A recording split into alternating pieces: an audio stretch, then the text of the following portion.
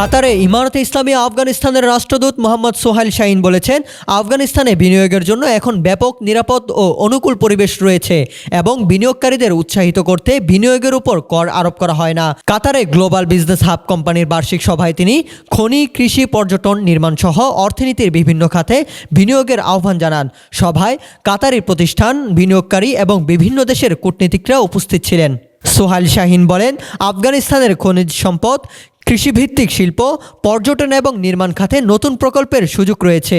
তিনি দাবি করেন, বিনিয়োগকারীদের নিরাপত্তা নিশ্চিত করতে সরকার কাজ করছেন এবং বিনিয়োগের গতি বাড়াতে নানা ধরনের সহজীকরণ কার্যক্রম চালু রয়েছে। ভালো লাগার প্রতিটি মুহূর্তে থাকুক একটি সুন্দর পাঞ্জাবি সব বিধি আপনার সিগনেচার লুক। শুরু বসুন্ধরা সিটি, ঢাকা। তিনি উপস্থিত অংশগ্রহণকারীদের আফগানিস্তানে সরাসরি বিনিয়োগে এগিয়ে আসার আহ্বান জানান। সোহাইল শাহীনের বক্তব্যের পাশাপাশি এর আগেও ইমারতে ইসলামিয়া বিনিয়োগ বান্ধব নীতির কথা বারবার তুলে ধরেছে। সরকারের বক্তব্য, দেশীয় উৎপাদন বাড়ানো, কর্মসংস্থান তৈরি এবং অর্থনীতিকে স্থিতিশীল করতে বেসরকারি বিনিয়োগকে অগ্রাধিকার দেওয়া হচ্ছে। এজন্য বিনিয়োগের ক্ষেত্রে প্রশাসনিক জটিলতা কমানো এবং অনুমোদন প্রক্রিয়া দ্রুত করার নির্দেশনা দেওয়া হয়েছে।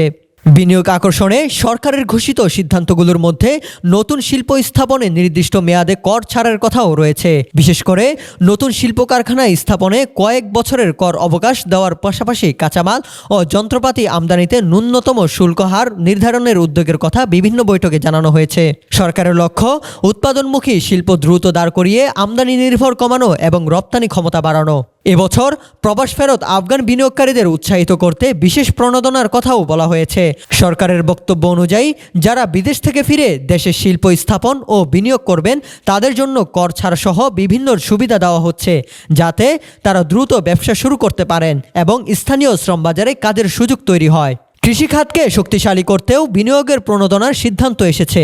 কৃষিপণ্য সংরক্ষণ ও প্রক্রিয়াজাতকরণে কোল্ড স্টোরেজ স্থাপনকে অগ্রাধিকার দিয়ে নির্দিষ্ট মেয়াদে কর ছাড়ের ঘোষণা দেওয়া হয়েছে। আফগান সরকারের যুক্তি, এ ধরনের অবকাঠামো কৃষিপণ্যের অপচয় কমাবে, বাজার স্থিতিশীল করবে এবং কৃষিভিত্তিক রপ্তানি বাড়াতে সহায়ক হবে। সব মিলিয়ে ইমারতে ইসলামিয়া বলছে, নিরাপত্তা, কর ছাড়, কম শুল্ক এবং প্রশাসনিক সহজীকরণের মাধ্যমে বিনিয়োগকারীদের জন্য বাস্তব সুযোগ তৈরি করা হচ্ছে। সরকারের প্রত্যাশা, এসব উদ্যোগ খনি, কৃষি, শিল্প, পর্যটন ও অবকাঠামো খাতে নতুন বিনিয়োগ টেনে এনে অর্থনৈতিক গতি বাড়াবে।